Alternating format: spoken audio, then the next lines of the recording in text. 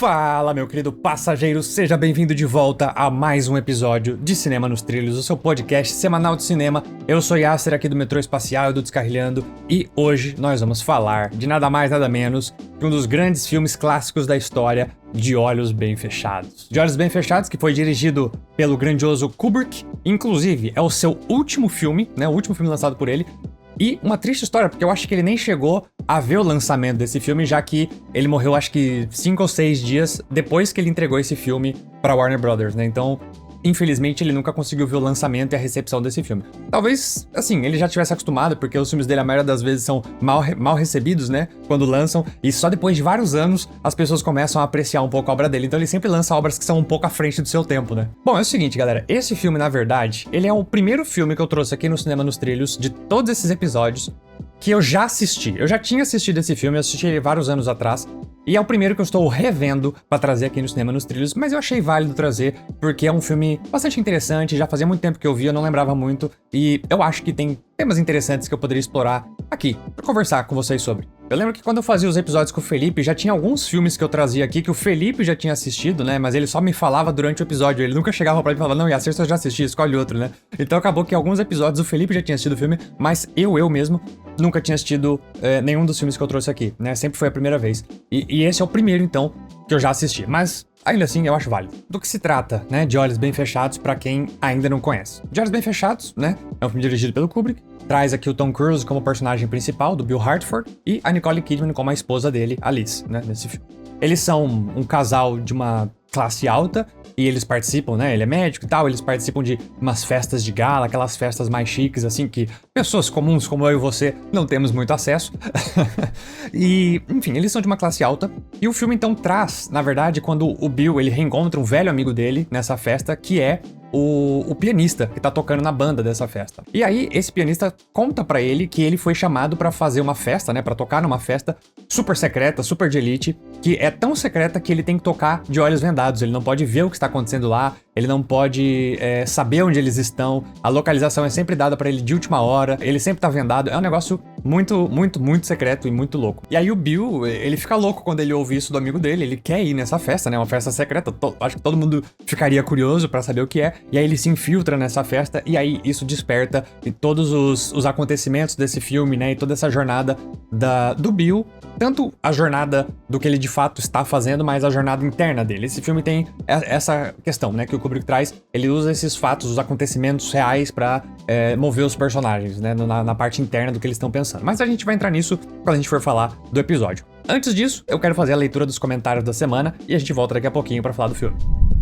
E bom, na verdade a leitura de comentários vai ser muito simples e muito fácil, de novo, porque só tem um comentário pra eu ler, que é da nossa fiel escudeira aqui do Cinema nos Trilhos. Ela comenta em todos os episódios, né, já virou esse quadro aqui de leitura de comentários, é praticamente a leitura de comentários dela, né. Eu estou falando da Rebeca Sayuri, que comentou aqui então no vídeo do episódio passado, que a gente fez de Guerra dos Mundos de 2025. Eu tinha feito a perguntinha da semana, que é: qual foi o pior filme que você já viu e por quê? E se você não tá entendendo isso, vai assistir lá o episódio de Guerra dos Mundos que você vai entender. E ela disse o seguinte: eu confesso que eu nem sabia da existência desse filme até agora. Eu sou apaixonada pela adaptação de 2005 e não sei se vou aguentar essa de 2025. E aí eu perguntei qual é o pior filme que ela já viu. Ela disse assim, ó: acho que um dos piores filmes que já vi foi Deuses do Egito, por muitos fatores. Não respeita a mitologia, os efeitos são muito ruins e atuações bem medianas. O pior filme que já assisti, eu não lembro o nome. Tá, então ela disse aqui que um dos piores é o Deuses do Egito. Eu não conheço esse filme, mas ela disse que o pior ela nem lembra, o que eu acho que é real, né? A gente às vezes acha tão péssimo o filme, eu detesto tanto o filme, que nem lembrar o nome a gente lembra, né? Então, justo. E aí ela colocou um PS aqui, que é o seguinte, né? Ainda no episódio anterior, antes de Guerra dos Mundos, eu fiz um episódio de Superman, onde eu perguntei, na verdade eu perguntei, ela respondeu, mas ela falou que eu lembrava ela do Lex Luthor.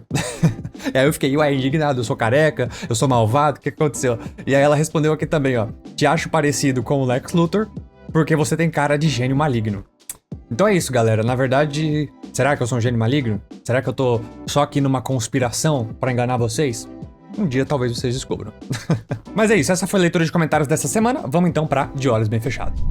Bom, é o seguinte, galera, esse episódio vai ter spoilers também, porque já é um filme de 26 anos de idade, é um filme que eu acho que todo mundo já viu, ou quem tem interesse vai ver antes de ver esse episódio. Já tem 300 milhões de conteúdos sobre ele, explicando cada detalhe do filme. Eu não vou estar aqui tentando explicar cada detalhe, eu vou falar das minhas percepções que eu tive durante o filme, das minhas anotações que eu fiz e alguns questionamentos que eu acho que o filme traz. Mas, de novo, talvez eu tenha que falar de cenas específicas ou falar de acontecimentos desse filme que talvez você considere spoiler, então esteja avisado que esse episódio vai ter spoiler.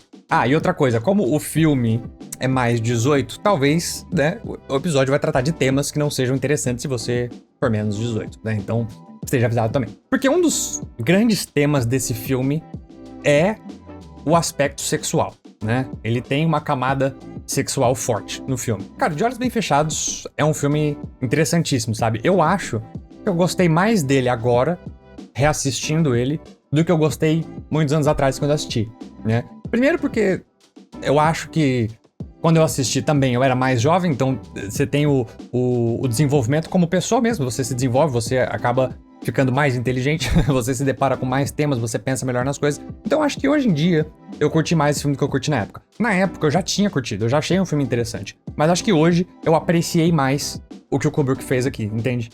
E outra coisa também que eu posso comentar mais lá pro final, porque tem a ver com alguns dos temas mais fortes do filme, eu acho que esse filme talvez tenha até mais relevância pro tema dele hoje, ou pelo menos a gente consegue fazer mais paralelos para a nossa realidade hoje do que a gente conseguiria naquela época. Ou seja, o Kubrick mais uma vez talvez estivesse à frente do seu tempo quando ele fez esse filme.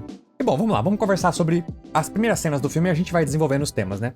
Bem no começo do filme, o Bill e a esposa dele, né, a Alice, estão nessa festa, numa festa de gala do amigo dele que é ricaço, bem mais rico do que ele, e ele tá com essa festa gigantesca, né? E aí tem um momento que ele vai, ele tá ouvindo a banda e um dos caras lá, como eu disse, é um amigo dele, o pianista é um amigo dele da faculdade, e ele vai dar um alô lá no cara, né, fala, dar um aperto de mão. Só que, depois desse aperto de mão ali que ele fala com o cara, ele deixa a esposa dele de lado um pouquinho, né, pra falar com o cara. Só que depois, em vez dele voltar pra esposa dele, ele meio que começa a fazer outras coisas ali. Nisso, ela fica sozinha e um cara chama ela pra dançar, um húngaro lá, não sei se ele é um cara importante ou não, mas com certeza um ricaço. E ela começa a dançar com ele. E ele, por outro lado, começa a ser cortejado por umas duas meninas mais jovens, né. Ele não vai atrás delas, mas elas estão ali cortejando, graciando, sabe, assim, flertando com ele, e ele meio que vai correspondendo, ele vai se deixando levar, sabe? Ele vai dando risada das piadinhas e não sei o quê, e vai horas e horas e horas passando. A esposa dele vê isso, fica com ciúme, aí ela já tá muito bêbada, ela começa a dançar com esse cara a noite inteira, ele também tá flertando com ela e cortejando ela, e ela tá ali já meio que também correspondendo e tal. E eles ficam nesses jogos separados, assim, né? De flerte ali, né? Então eles chegam como casal e logo eles já são separados ali, e essas pessoas da festa começam a flertar com ele. O que é um ponto importante, parece uma coisa meio besta, parece que isso ali, porque logo depois dessa festa ela fala pra ele, quem eram aquelas garotas, não sei o que, ela fica com ciúme de que ele tava correspondendo aos gracejos delas, assim. E parece só tipo, beleza, a esposa tá com ciúmes, normal. Mas é muito mais do que isso, porque eu acho que essa cena inicial, ela já coloca o ponto principal do filme, né? Que a gente vai chegar lá no final e de uma maneira mais explícita, assim, e entender melhor o que é o ponto do filme. Mas eu achei legal que o Kubrick, ele já logo no começo deixou isso. Porque quando a gente tá assistindo o filme, você não vê mais como algo tipo assim, olha só, né? Ele podia estar negando, mas ele tá aceitando. Olha só, ela também tá flertando de volta aqui com o cara, né? Eles estão meio assim, será que eles vão trair? Será que eles não vão trair? Não sei o quê. No final ninguém trai ninguém. Aí ela fica com ciúme e você fala, vai ser uma história de ciúme, de não sei o quê.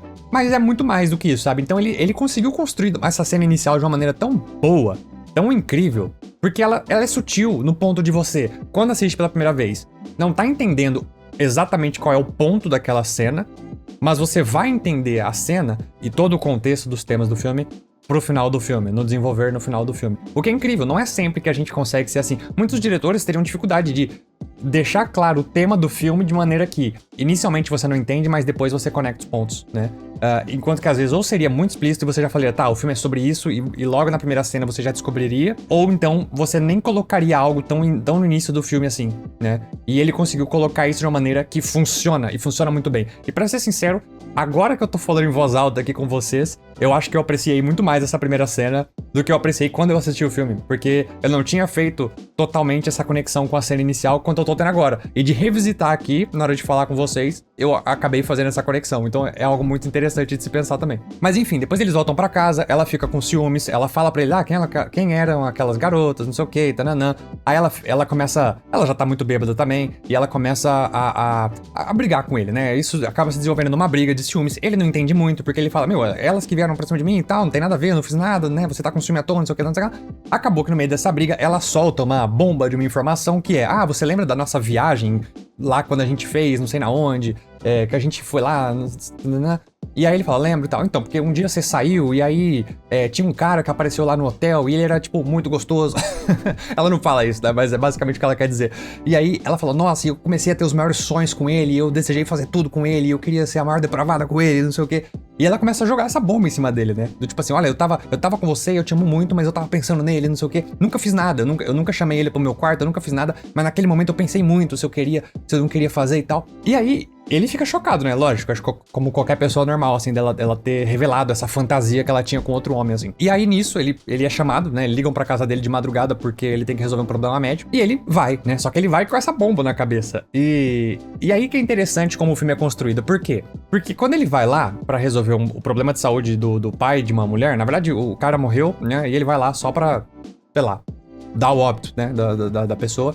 Só que essa mulher conhece ele. E ela começa a dar em cima dele ali, né? O pai dela morreu, ela começa a dar em cima do cara. Não sei se pelo trauma, né? Aquela coisa de você tá tão em choque que você nem sequer tá percebendo o que você tá fazendo. Mas talvez ela já gostasse dele também. E ela começa a dar em cima dele. E ele, mesmo assim, mesmo com a bomba da mulher dele... Porque eu acho que muita gente faria isso, né? Você recebe essa notícia, mesmo sua mulher nunca tendo te traído, mas só o fato dela ter pensado e falado pra você, eu pensei em te trair... Talvez naquele momento ele falasse, tá, então eu vou trair aqui. Já que ela pensou nisso, eu vou trair aqui, né? Ele poderia ter feito isso ali, mas não.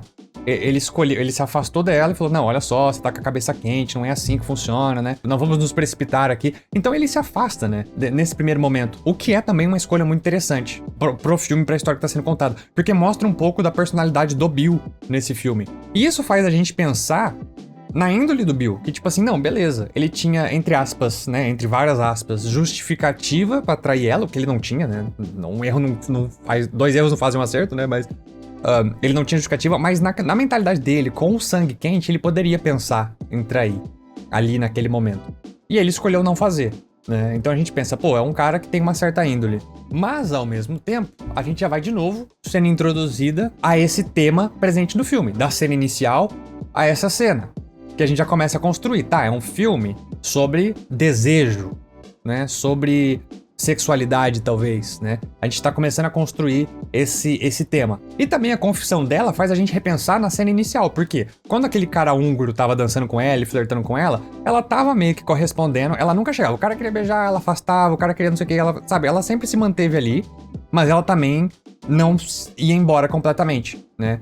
E quando depois ela solta essa bomba na história dele, assim, pra ele, que ela teve desejo por outro cara e não sei o quê, fica pensando, tá, então naquela cena inicial talvez ela tivesse realmente com muito desejo daquele cara também. Só que ela não agiu nisso, ela não agiu, né? Só que ao mesmo tempo ela também fica com ciúme do Bill por ter feito praticamente a mesma coisa, correspondido a um flerte, sem fazer nada, mas correspondido, né? Então, não sei, tem esse jogo, né, de tipo, eu estou com ciúme, mas você me causou ciúmes, mas eu tô com ciúme também, mas eu também desejo outras pessoas, mas você tá errado e eu tô certo, sabe? Tem uma questão assim que é interessante. Só que aí, enfim, mais pra frente ali, depois o Bill, depois que ele resolve esse problema, ele tá indo embora pra casa, né, a pé. E aí ele descobre esse bar que esse amigo pianista dele falou, olha, eu vou né, ele encontrou um amigo dele na festa, e na festa ele falou, eu vou estar tocando em tal lugar durante essa semana, se você quiser aparecer lá. E aí o Bill vai pra esse barzinho de jazz, ele encontra esse amigo dele de novo, e esse amigo conta então essa informação. Cara, tipo, você não vai acreditar, né? Me chamaram pra fazer uma festa, eu tô fazendo essa festa, sei lá, cada 15 dias aqui, e é tão secreta, eles me vendam, eles só me falam o endereço, tipo, 1 hora antes do lugar, aí eu vou lá, eu toco vendado, depois eles me levam embora, não sei o quê. E o Bill fica tipo, tá, como assim? Ah, cara, não, é uma festa secreta, eu não posso falar, porque senão os caras, né, não vão me chamar mais, não sei o quê. E aí o Bill fala, não, olha só, vai, você nem precisa, você chega lá, você me avisa onde que é, que eu só apareço, ninguém vai saber que foi você que falou, e não sei o quê. O cara acaba ali soltando a senha, né, pra ele, sem querer, que você tem uma senha pra entrar nesse lugar, e ele fala, tá bom, é nesse endereço aí, você aparece lá.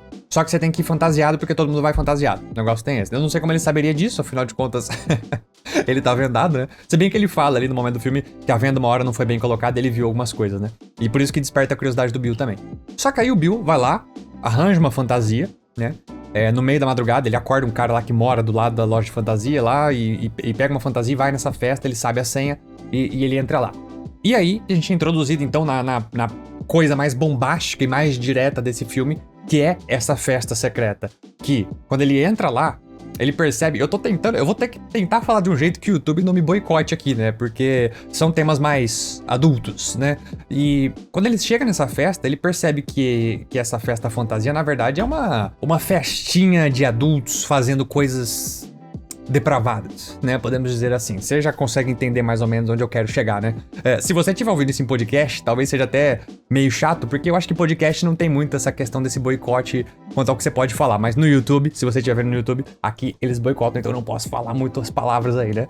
Mas ele tá participando de uma coisinha ali, né? Ele não, né? Mas as pessoas estão participando dessa coisinha, dessa festinha pra adultos ali. E aí, ele fica meio fascinado, né? Mas ele não pode se revelar, afinal ele tá ali de penetra. E então ele tá andando bem lentamente, observando, vendo as coisas acontecer, ele vai indo nos cômodos. E tem até uma questão meio ritualística, né? Porque tem toda uma música. A música desse filme, ela é algo muito peculiar, porque não é música, tá tocando uma música na festa, tá todo mundo lá fazendo suas safadezas. Não, é uma música, não, talvez tribal, não é uma música tribal, é um negócio muito... Eu não sei descrever a música, mas ela tem um aspecto ritualístico, sabe? Eles têm um aspecto ritualístico com as próprias fantasias que eles estão usando, ou com a distribuição das mulheres que eles estão fazendo. Eles têm todo um ritual, é um negócio muito específico de meio seita, é como se fosse uma seita mesmo, sabe? E ele fica fascinado por isso.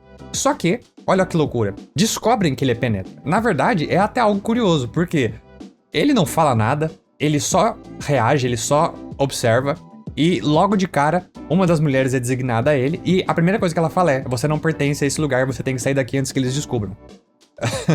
Ela imediatamente reconhece. Com máscara e tudo, assim, né?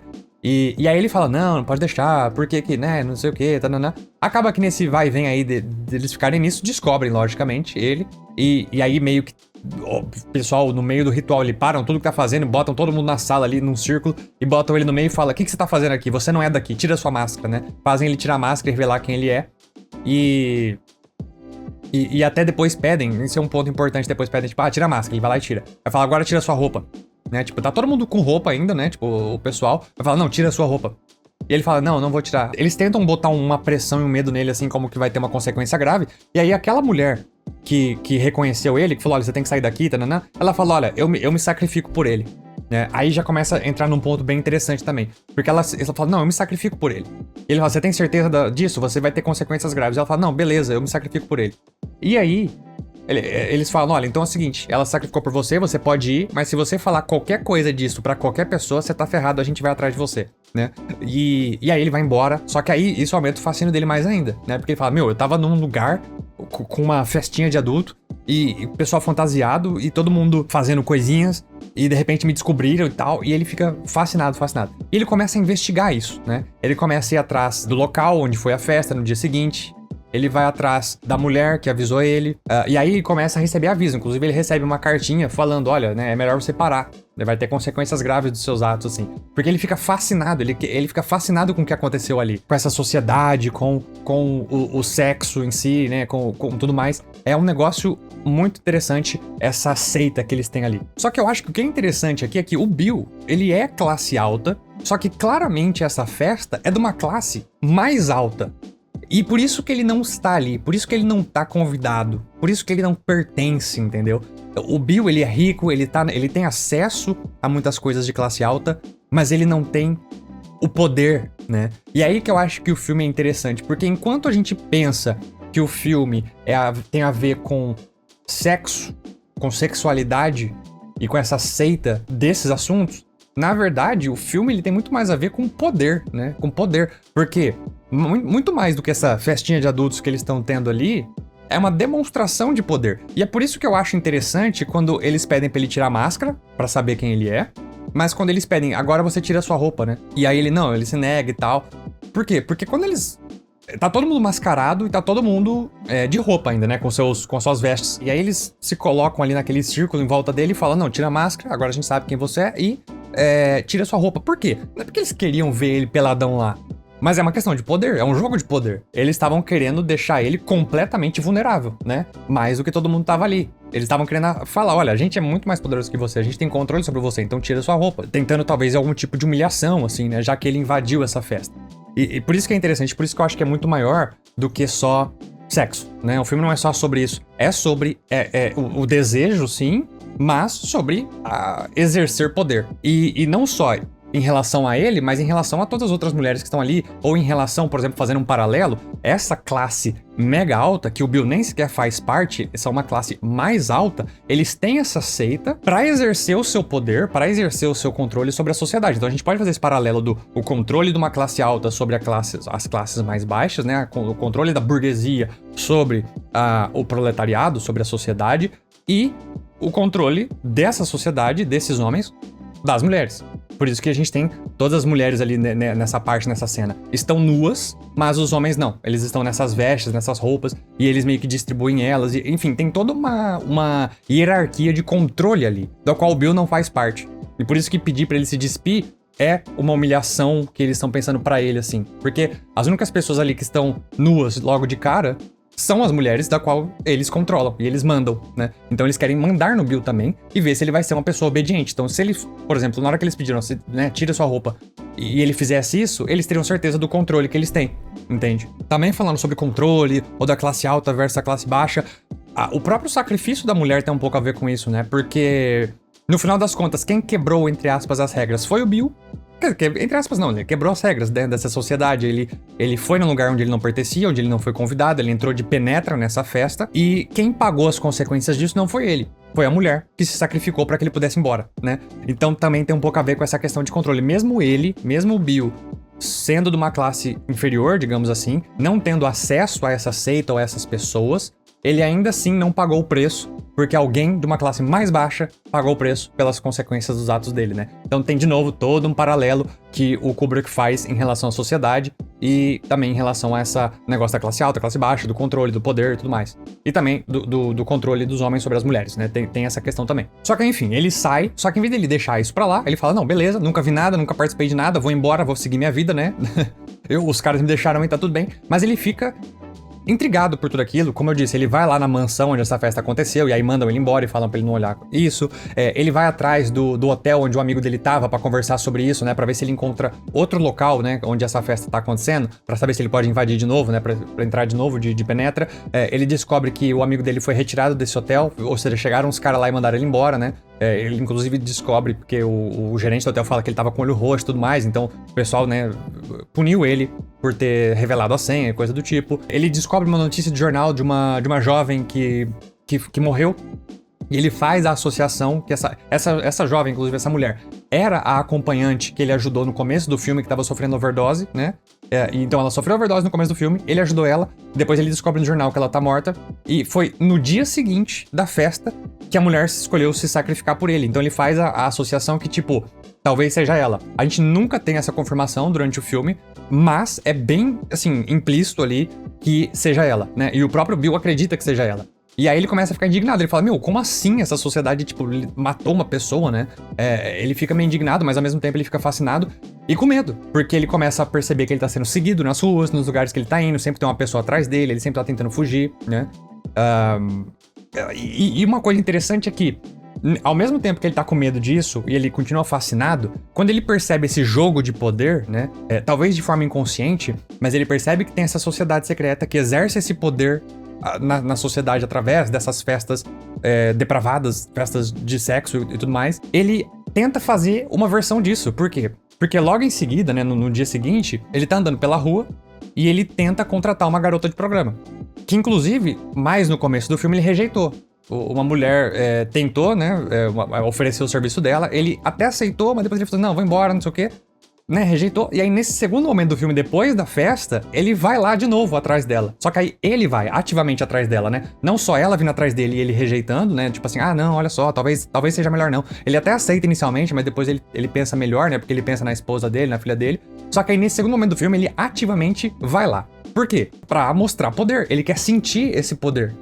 Porque ele tem a classe alta, ele tem um poder aquisitivo, mas ele não exerce o mesmo poder que o pessoal da festa exerceu. Então acho que ele vai tentar procurar uma versão disso. E contratar uma garota de programa pode ser a maneira dele de conseguir um pouco de acesso a esse controle social, a esse poder que ele não tem. Só que aí tem um choque de realidade, porque aí ele vai atrás dela, não encontra ela, tem uma outra mulher que mora com essa mesma menina, que oferece os serviços dela, e ele até aceita, e depois ele acaba tendo um outro choque de realidade ali no filme, quando ele conta que da outra menina lá e tudo mais. Ou seja, nem quando ele pode ter um poder menor, né, tipo, contratando uma garota de programa pra realizar esses desejos de controle subconsciente dele, mesmo assim, ele não tem o controle, porque ele não conseguiu exercer o poder de controle dele.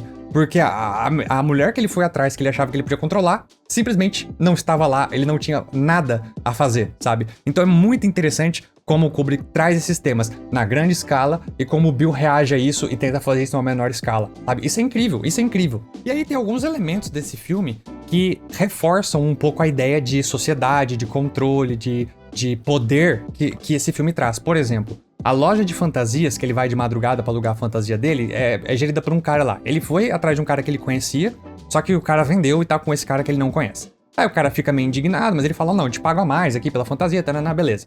Só que no dia que ele foi pegar a fantasia, quando o cara, tipo, abriu a loja de madrugada pra pegar a fantasia pra ele descobriu que a filha dele tava lá com, tipo assim, né, com outros caras mais velhos. E a filha dele era menor de idade. E aí ele fica indignado, ele começa a querer bater nos caras, ele fala que ele vai chamar a polícia e tudo mais. E aí o Bill vai embora e a situação, né, fica por isso mesmo. Mas, no dia seguinte, quando ele vem devolver a fantasia, a filha dele continua com os outros caras que estavam lá. E, inclusive, ele começa a tratar esses caras de maneira educada. Não, olha só, tudo bem, volte sempre, né? E aí o Bill fica indignado, ele fala, ué, mas ontem você falou que ia chamar a polícia nesses caras por estarem com a sua filha. E o que aconteceu? Aí ele, não, porque foi tudo mal entendido, não sei o que, tananã. Ou seja, ele mudou completamente de atitude, né? E aí, inclusive, o próprio dono da loja oferece a filha dele como um serviço pro Bill. Tipo, se você quiser, tá aí, né? O que é, de novo, o poder, o controle, né, da sociedade, de novo, em uma menor escala. Por quê? Porque, provavelmente, depois que o Bill foi embora, esses mesmos homens ofereceram dinheiro pro pai dela. E ele aceitou. E aí, porque, de novo, o poder corrompendo, o poder aquisitivo, de novo uma menor escala, o poder controlando a sociedade, o poder controlando as pessoas. Então, de novo, o tema do poder, numa coisa que o Bill estava por fora. Então, tudo ao redor do Bill era sobre exercer poder e ele não conseguia ter acesso a exercer esse poder, sabe? Tem, por exemplo, durante o filme, a Alice às vezes tá dormindo e ela tem alguns sonhos, e esses sonhos ela sempre sonha com essas festas secretas. É engraçado isso, né? Porque enquanto o Bill, ele entra de penetra numa festa secreta com depravação e com adultos fazendo adultices, a Alice, ela sonha com isso. Não só aquele sonho, não só aquele desejo da história inicial que ela contou, que ela desejava outro homem, mas tem uma hora que o Bill encontra ela dormindo e ela tá sonhando, né? Ela tendo um pesadelo, assim, e falando, né, das coisas, e ela tá dando risada enquanto dorme, porque ela tá se aproveitando e tal, não sei o quê. E quando ela acorda e vai falar pra ele do sonho, ela sonha que ela estava numa festa e que todo mundo estava, né, fazendo adultices, e ela tava no meio, e ela falou que ela estava com múltiplos homens e não sei o quê, tananã. E enquanto o Bill viu e presenciou isso, ela tá sonhando com isso, né? Só que pro Bill ele é um choque de algo meio que inalcançável, de algo que ele tem um certo receio dessa sociedade, assim, né? Ele não consegue. E ela, enquanto ela sonha, ela tava dando risada e aproveitando e curtindo, né? Algo que o Bill tem acesso, entre aspas, acesso, e não conseguiu alcançar, né? E ela nos sonhos, ela faz e ela aproveita. Então é um paralelo interessante, assim, que ela tem uma certa liberdade e ele não. Ao mesmo tempo que ele de fato tem a liberdade de poder fazer essas coisas e não consegue fazer, e ela não tem a oportunidade de fazer essas coisas, mas teria a liberdade de fazer na mente dela, sabe? Então tem um paralelo interessante com o sonho dela. Talvez tenha melhores significados no sonho, mas isso foi um paralelo interessante, de novo, sobre exercer poder. Um dia ele volta pra casa e ele encontra a máscara dele, porque quando ele vai devolver fantasia, ele devolve tudo menos a máscara. Ele até tem que pagar uma multa lá por não ter devolvido. E aí quando ele volta pra casa, ele descobre a máscara em cima da cama com a Alice dormindo. Então, não dá pra entender se aqueles caras que estavam ameaçando ele mostraram, né, assim, olha o poder que a gente tem, né? Pegaram a máscara dele e botaram na cama dele pra mostrar, olha só, a gente pode estar na sua casa. Ou se a Alice encontrou a máscara e dormiu, às vezes, com ela ali do lado, meio que, tipo, se questionando o que era aquilo, né? Só sei que aquilo quebra o Bill, ele começa a chorar, ele fala, olha, vou te contar tudo, e ele vai lá. Ela nem tava desconfiada de nada, né? Mas ele vai lá e conta tudo pra ela, né? Dessa festa, dessa sociedade secreta e tudo mais. E meio que eles retornam, entre aspas, pra uma normalidade, né? Depois eles vão com a filha dele, comprar um presente de Natal e não sei o quê. E eles estão meio distantes, né? Ao mesmo tempo que eles estão lá com a filha deles, eles não estão conversando, eles não estão trocando ideia, assim. Ele tá até com um semblante meio preocupado, né? Ele até pergunta, acho que pra ela alguma coisa do tipo, tá, a gente vai voltar ao normal, né? A gente vai voltar pra uma vida de casal normal que a gente tava tendo, tal, não sei o quê. Ela, né, vamos voltar, não sei o quê, né? Ela ainda tá meio em choque por ter tido a revelação de tudo que aconteceu, né? Dessa sociedade secreta e tudo mais. E aí o filme termina com algo muito interessante também, porque o filme termina com ela falando, tem uma coisa que a gente precisa fazer há muito tempo. E ele, o que é? Aí ela, vamos fufu, né?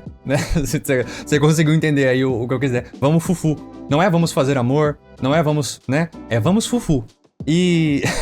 Desculpa tá falando assim, galera, mas é o YouTube. E é muito interessante, porque é uma escolha muito deliberada dela falar isso, né? Não é mais... Não somos mais um casal, não tem mais a ver com a gente se gostar, não tem mais a ver com vamos voltar a uma certa normalidade. Ela termina com vamos fazer algo completamente carnal, completamente de desejo, completamente de poder e não necessariamente amor, entende? Então é uma maneira muito interessante de terminar o filme e te faz refletir sobre essas questões todas. E aí o que eu falei no começo do episódio, que isso tem a ver um pouco assim, que esse filme talvez tenha muito mais relevância hoje do que tinha na época, é porque hoje, né, a gente já viu ao longo dos anos aí o caso do Epstein, o caso do Diddy, mais recentemente, o caso do Harvey Weinstein. Todos esses caras tinham muito poder. O Harvey Weinstein exercia poder em cima das mulheres através do poder que ele adquiriu, tendo tantos estúdios e fazendo tantos filmes, e as coisas que ele pedia, o próprio Diddy, o próprio Epstein. Cara, esse filme é um retrato direto do que aconteceu de fato na sociedade ao longo desses anos, sabe? Das festas do Diddy, do Epstein, do Harvey Weinstein, do poder que eles exerciam, sabe? Não era só sobre sexo, era sobre poder, era sobre controle, né? Então, assim, o Kubrick tava muito à frente do seu tempo quando ele expôs isso naquela época, e foi um filme que na época não foi tão bem recebido assim, pro que ele é hoje, com as coisas que a gente já sabe hoje dessas pessoas e de tantas outras que a gente nem sequer sabe e que estão acontecendo por aí, né? Então é um filme que eu acho que hoje tem um poder e uma força muito mais ampla do que tinha na época, onde as pessoas estavam meio por fora desses fatos, né? Dessas festas e desse controle que essas pessoas exerciam. Mas, enfim, essas são as coisas que eu percebi, essas são as minhas interpretações. Talvez você tenha interpretações diferentes, ou talvez você tenha percebido algo que eu deixei passar, né? Então seria interessante você fazer um comentário aí. Antes da gente encerrar esse episódio, entretanto, eu gostaria de mostrar uma curiosidade aqui, porque durante a minha pesquisa sobre esse filme, né, enquanto eu tava assistindo, depois eu fui pesquisar um pouco sobre os dados e os atores e tudo mais, eu descobri que esse filme tem um recorde, na verdade, de ter sido a maior gravação contínua de um filme, porque ele foi gravado durante 1 ano e 3 meses ininterruptos. Não foi tipo, gravamos 3 meses, paramos 2, gravamos 3, paramos 2. Não, eles gravaram ininterruptamente por 1 ano e 3 meses, né? Isso porque o Kubrick era mega perfeccionista e meio doido, porque tem uma cena famosa desse filme que é o Tom Cruise atravessando uma porta. Ele só tá andando, é só isso, ele tá entrando numa loja lá. E ele gravou essa cena 95 vezes, porque ele não tava gostando da maneira que o Tom Cruise entrou, que ele tava andando. É bem famoso. O Kubrick era doido, tá? Ele gostava. Então esse filme demorou muito, porque ele regravou e fez muitos takes de tudo. Então esse filme tem aí essa curiosidade, nesse recorde de 1 ano e 3 meses. Por causa da pandemia, muitos filmes estenderam isso, mas assim, gravaram 3 meses, pararam 2, gravavam 3, pararam 2. Então, ininterruptos, esse ainda tem o recorde. E outra coisa curiosa desse filme é que ele se passa inteiro em Nova York, mas ele foi gravado inteiro em Londres. Olha que loucura. Então, toda aquela rua, tem várias cenas que o Tom Cruise tá andando por uma rua, né? É sempre a mesma rua. E esta rua inteira é um cenário. Eles construíram isso lá na Inglaterra pra poder fazer essa cena. E por que, você me pergunta? Eu fiquei curioso também. Porque o Kubrick, ele mudou, no final da vida dele, ele mudou dos Estados Unidos pra Londres, né? Ele morava lá na Inglaterra e ele tinha pavor de voar de avião, ele tinha pavor. Então ele não queria voltar para os Estados Unidos para gravar o filme. Então ele fez toda a produção voar para Londres para gravar lá, né? Isso, meu amigo, isso aí é ter cacife, porque não é qualquer diretor que ia conseguir fazer o estúdio pagar um negócio mais caro para ir gravar lá assim não, né? Mas, né, ele conseguiu. Então tem essa curiosidade aí. Antes da gente ir ainda, eu quero fazer a perguntinha da semana pra você responder e eu posso ler o seu comentário no próximo episódio. Eu dei a minha perspectiva, eu não sei se você concorda ou não, se você tem uma nova mensagem. E a minha perguntinha, ela é bem direta, que é o seguinte: qual é a mensagem que o Kubrick queria transmitir com esse filme? E, claro, dê a sua razão, né? O porquê que você leu essa mensagem no filme. O que te fez chegar nessa conclusão, certo? Bom, galera, é isso. Eu espero que vocês tenham gostado desse episódio. Deixa o seu like, se inscreva, porque esse canal precisa crescer, esse podcast precisa chegar a mais gente. E se você tá ouvindo isso em formato de áudio, né? Claro, divulgue pros seus amigos o link, dê estrelinhas, enfim, acompanhe da maneira que você achar mais conveniente pra você. É isso, galera. A gente se vê no próximo episódio. Valeu e fui.